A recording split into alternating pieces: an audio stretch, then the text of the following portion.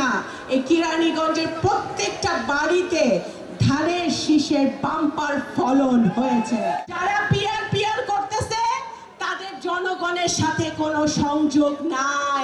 Doctor Yunus নিজেও তো হাসিনার ফ্যাসিবাদের শিকার হয়েছে।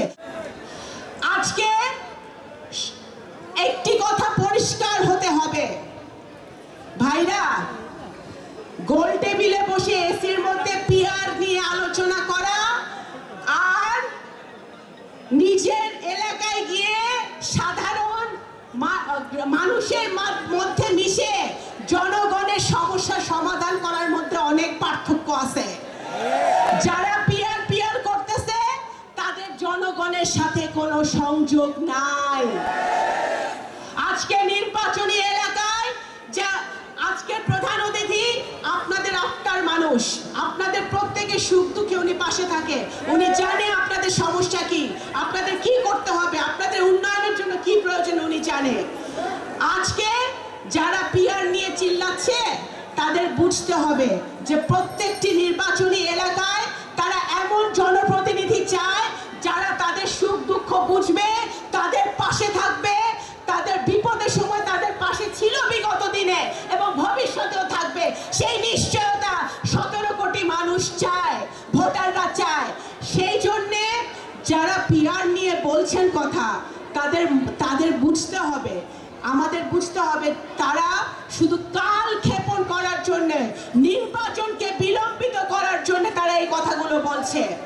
আপনারা যদি জনগণের উপরে, বাংলাদেশের জনগণের উপরে আস্থা থাকে তাহলে এই অন্তর্বর্তীকালীন সরকারের সবচেয়ে বড় বাংলাদেশের মানুষের জন্য উপহার হবে ওনারা যদি একটি ফ্রি এন্ড ফেয়ার ইলেকশন বাংলাদেশের মাটিতে উপহার দিতে পারে।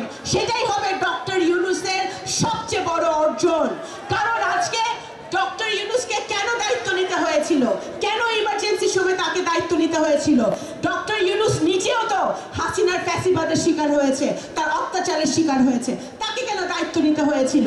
তাকে দায়িত্ব নিতে হয়েছিল কারণ এদেশে 17 বছর কোনো গণতন্ত্র ছিল না।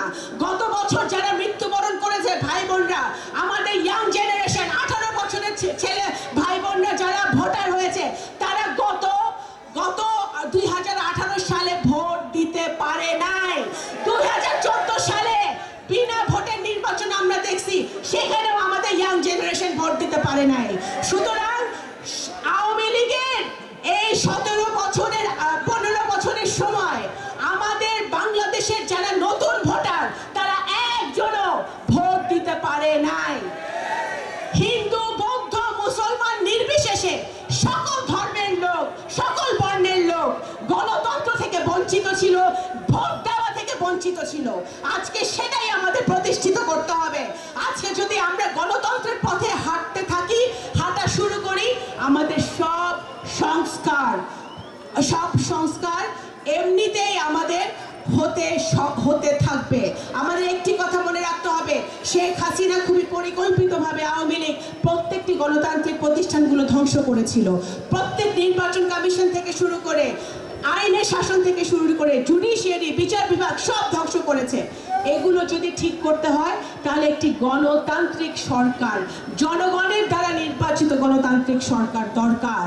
এবং সেটা এই অন্তর্বর্তীকালীন সরকার বোঝে বলেই লন্ডনে বাংলাদেশের সবচেয়ে জনপ্রিয় দল বাংলাদেশ জাতীয়তাবাদী দলের কর্ণধার আমাদের ভারপ্রাপ্ত চেয়ারম্যান জনাব তারেক রহমানের সাথে ডক্টর ইউনূসের 1-to-1 1.5 ঘন্টা বৈঠক হয়েছে।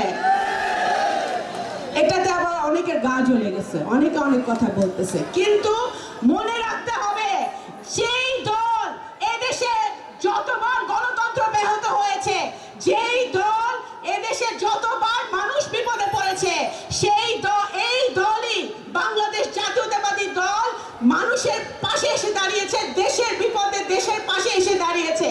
সেই দলের যিনি পরিচালনা করছেন তার সাথে ডক্টর ইউনূস বৈঠক করবে, এটাই সবচেয়ে স্বাভাবিক ব্যাপার, স্বাভাবিক ঘটনা। একটি কথা আমি বলে শেষ করতে চাই, গত বছর যে ফ্যাসিবাদ বিরোধী ঐক্য নিয়ে আমরা দাঁড়িয়েছিলাম, গণতন্ত্রমুখী যে ঐক্য নিয়ে আমরা দাঁড়িয়েছিলাম, সে ঐক্য আমাদের যে কোনো মূল্যে ধরে রাখতে হবে বন্ধুগণ। কারণ দেশি বিদেশি ষড়যন্ত্র এখনো চলমান আছে, দেশি বিদেশি ষড়যন্ত্র চলমান। এদেশকে অস্থিতিশীল করার জন্য, এদেশে যেন অর্থনৈতিক উন্নয়ন না হয়, এদেশের মানুষ যেন বিপদগামী হয়, সেই জন্য ষড়যন্ত্র এখনো চলছে। এবং আমি অনুরোধ করব, যারা নির্বাচনের পেছানোর কথা বলছেন তারা দয়া করে মনে রাখবেন, আপনারা ষড়যন্ত্রকারীদেরকে সাহায্য করবেন না। কারণ যদি আপনারা নির্বাচনের কালক্ষেপণের কথা বলেন, তাহলে ইনডাইরেক্টলি ষড়যন্ত্রকারীদেরকে সাহায্য করাই হবে।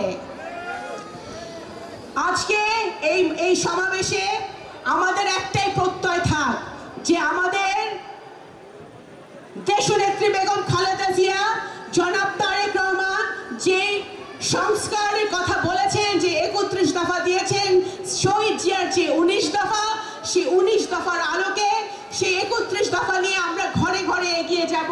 কারণ আমরা বিশ্বাস করি যে শুধু দক্ষিণ কেরানীগঞ্জ না, এই কেরানীগঞ্জের প্রত্যেকটা বাড়িতে ধানের শীষের বাম্পার ফলন হয়েছে।